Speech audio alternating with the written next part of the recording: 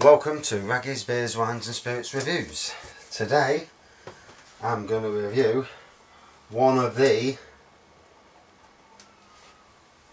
classic beers of Britain. You'll see this in most supermarkets. Old Speckled Hen by Morlands, who seem to be owned by Greene as well, judging by the fact that I can go on the Greene site and it's got Old Speckled Hen on there. It's a 5% beer.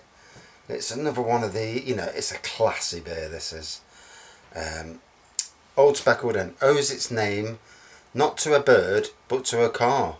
A paint splattered featherweight fabric saloon.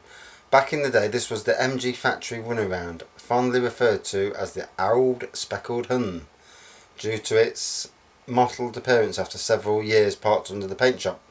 The beer itself was first brewed in 1979 to celebrate the 50th anniversary of the iconic factory. So, 39 years old this year. Eh? Wow, 8 years younger than me. So, on the website,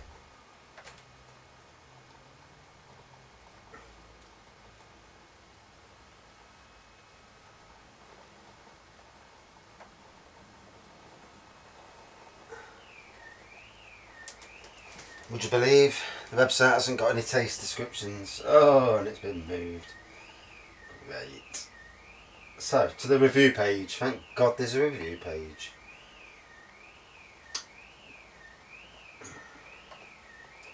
.45 out of 5. Here's one. It poured as a medium orange colour with an off-white finger of head. It was a little bitter to me at first, but as it warmed up a bit, it tasted a little less bitter. Overall, it's a decent beer, but nothing I would want to drink again. I don't agree with that personally. Not at all. So, here's a 5 out of 5. It's up there with the best. Unlike Abbott Ale, which is better as in a non-widget can, this is better in a bottle or the widget. Here in the States, I only see the bottle or widget while up in Canada. But it doesn't really mention any actual taste of things. Another one, a clear dark amber with a creamy head. The aroma is fruity but subdued. The mouthfeel is unremarkable, not much sparkle. The flavour is sweet and tangy but subdued. A pleasant ale. I love the MG connection. So let's crack this open.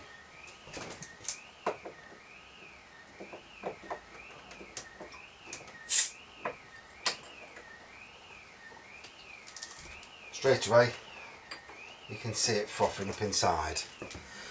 Now let's give it a pour.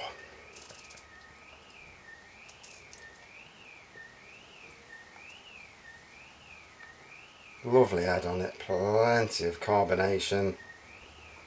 Nice creamy head. You can really see the carbonation inside. It's not a glass that is good for its, lacing or carbonation, as they also call it.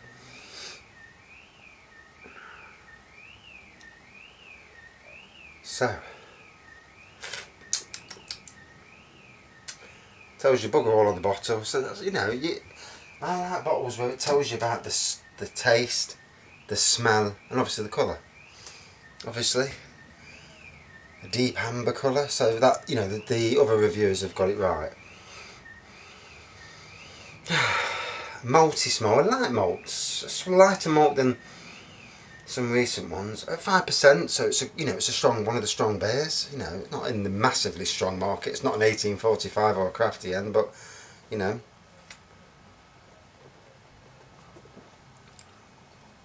myself used to it. The family of hens are fantastic. They do. Old Speckled, Old Crafty, which is a 6.5, Old Golden, which is obviously a golden one, Old Hoppy Hen, which is the more hoppy version. I quite like that as well. Old Nutty Hen, which is more of an autumn beer. And even last year, getting on the bandwagon of doing theme beers, seasonal theme beers, they did an Old Mulled Hen. And I love that as well, really nice. And I can't remember if they did an Old Spooky Hen the other year. sure they did, and that was a fantastic beer, regardless.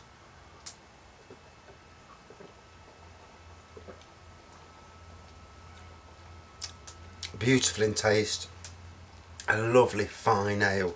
You know, it is. For you to get it in so many, you see it in shops in bottles, kegs, cans, crates of cans. So, you know, it is one of the big sellers, and that's why all the supermarkets stock it. Oh, it's got a lovely strength to it. I'd say it's only 5%. Oh, it's got a bit of a kick, you know. So it is a bang on nice beer. Try and get you some better reviews, because sweet and tangy, someone said here. So yeah. Right, here's a better review. Crystal clear, deep amber body, dense, creamy head, intense malt aroma, lots of toffee, caramel, charred sugar. I agree with the toffee, yep. Caramel, I don't know about that. Heavy sweetness, toffee, buttery, low key yet nicely balanced hop bitterness. Yeah, there's not a lot of hoppiness in it, I don't think. You know, you do get, there's a good bit of bitterness. Heavy body, smooth and velvety. All in all, a nice malt forward beer, although a bit too sweet overall. And that nitro thing, God, I hate them. But the beer, it is a nice experience. I don't know what he's on about with the nitro. Another one, pours a clear amber colour, visible carbonation, decent sized moderate off-white head. Solid retention, yields a creamy layer of filming and lace. I picked up some dark fruit in the aroma, maybe plum or raisin. There is also a nutty and toasty grain from hints of citrus and spice. Yeah, I don't know where they get all these flavours from. You do smell this toffiness though. And it's good to read reviews, because as you read reviews, you're there yourself and you smell it and you think, I ain't got a clue what it smells of. And then when someone says toffee, and you think, you know, yeah, I can smell toffee. Caramel, and you think, yeah, small bits of caramel in it. As for raisins, no, I'm not smelling that. And still carbonating nicely, even in a glass that's not known for its carbonation, so it's a good sign. Very light carbonation, but I say that's probably just due to the glass. If I put it in a Stella Cedra glass, it will be heavy carbonation.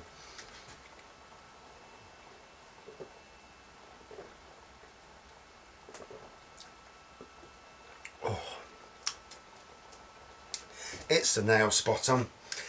I don't know if you'd want can after can after can of this, because one, you'd be steaming, and two, you know, it's one of them where you drink a bottle, give it a few days, drink another bottle. For me, it's not a session ale. It's not a beer you drink one after another of. You know, it's got bags of taste that you don't know have too many. You know, to you know, you want to remember it. It's definitely one of the fine beers.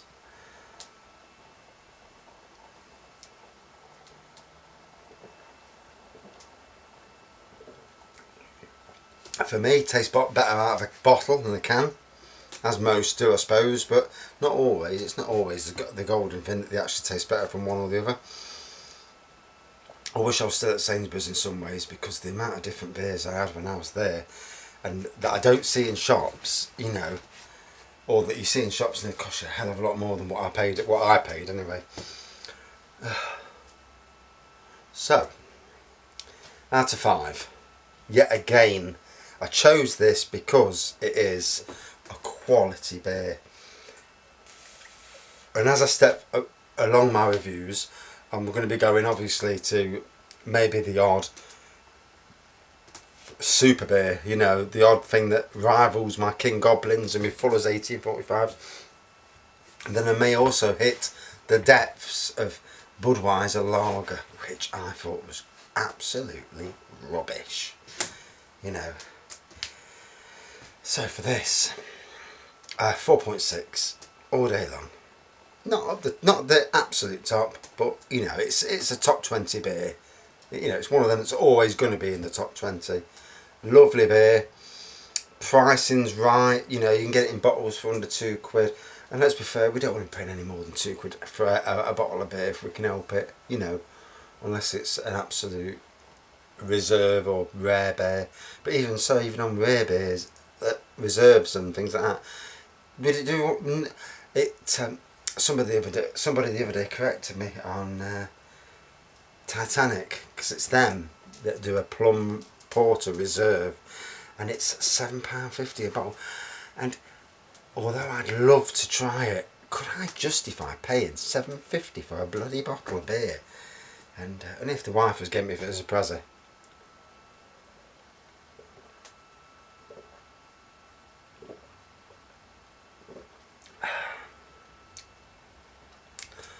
Lovely. It's a shame to go to work tomorrow. Absolutely spot on. Lovely aromas in the mouth. Some that I can't get. I think if I read more other people's thoughts, I could pick out the aromas I'm getting.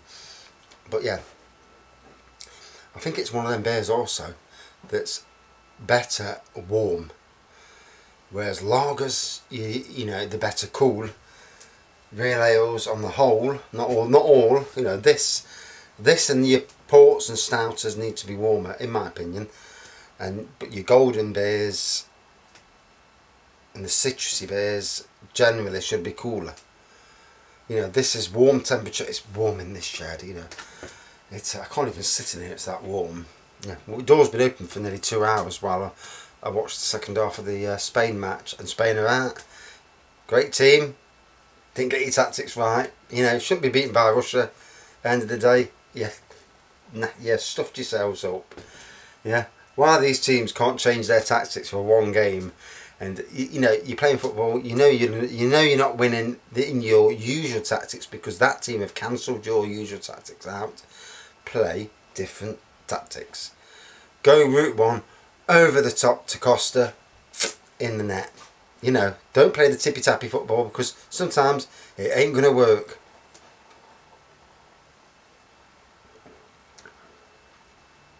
But anyway, spot on.